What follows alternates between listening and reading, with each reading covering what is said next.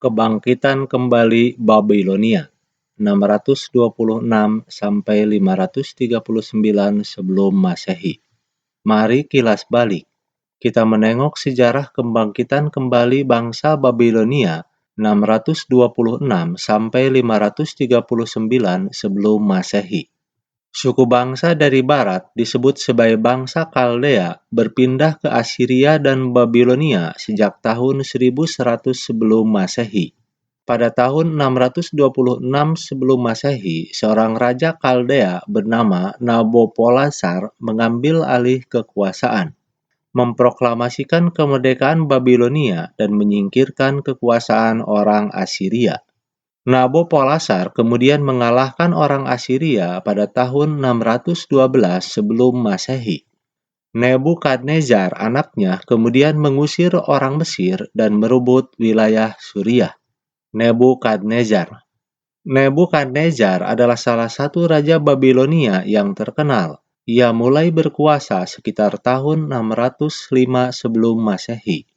Ia menyerang banyak bekas daerah kekuasaan orang Assyria maupun gurun di barat Babilonia. Daerah yang ditaklukkan Nebukadnezar diantaranya adalah Yerusalem. Kemudian secara paksa Nebukadnezar menjadikan Babilonia sebagai penguasa seluruh negeri di kawasan bulan sabit yang subur ini. Peninggalan Babilonia. Nebukadnezar menghabiskan sebagian besar waktunya untuk menjadikan Babel sebagai ibu kota terindah di dunia kuno pada waktu itu. Ia membangun dinding besar di sekeliling kota dan menamakan gerbang utamanya menurut Dewi Ishtar. Dewi Ishtar diapit oleh singa dan burung hantu. Ia mengenakan mahkota bertanduk bulan.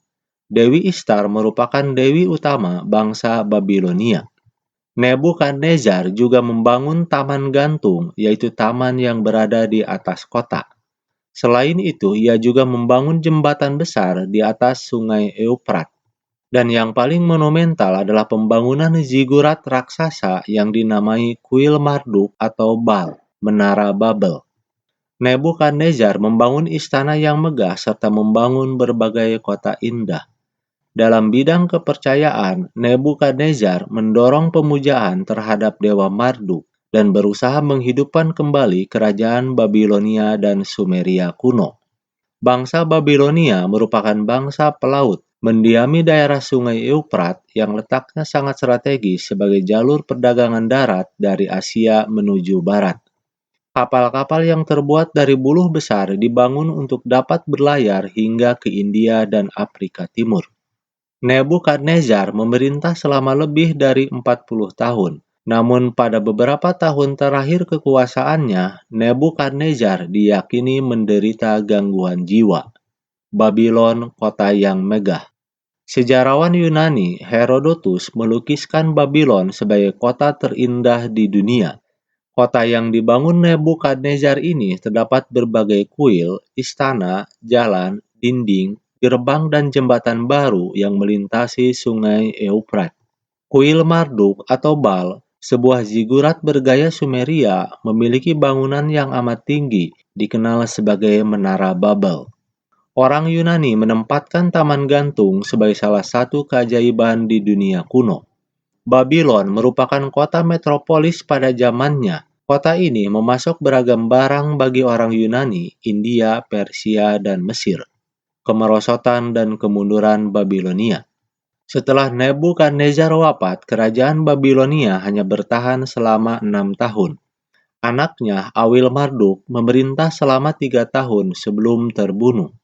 Kemudian seorang pangeran Suriah, Nabu-Naid, merebut kekuasaan Babilonia dan membujuk penduduk di sana untuk menyembah dewanya sendiri, yaitu Sin, bukan Dewa Marduk. Sementara itu, seorang raja baru dari Persia, yaitu Koresi atau Cyrus II, mulai menunjukkan kehebatannya. Koresi berambisi mengambil alih Mesopotamia dan mendirikan kerajaan Persia. Untuk itu, Koresi menyerbu Babilonia dan merebut kota Babel pada tahun 539 sebelum Masehi. Nabu-Naid disingkirkan dan anaknya dibunuh oleh pasukan penyerbu Koresi. Koresi yang agung membebaskan para pemberontak Yahudi yang telah ditawan sejak tahun 586 sebelum Masehi oleh Nebukadnezar. Babilonia kemudian diperintah oleh bangsa Persia selama lebih dari 2 abad dalam suasana yang relatif damai dan stabil. Hingga kemudian datang Alexander Agung mengalahkan bangsa Persia dan merebut Babel pada tahun 331 sebelum Masehi, serta menjadikannya sebagai ibu kota. Demikian kilas balik menengok masa lalu untuk menatap masa depan.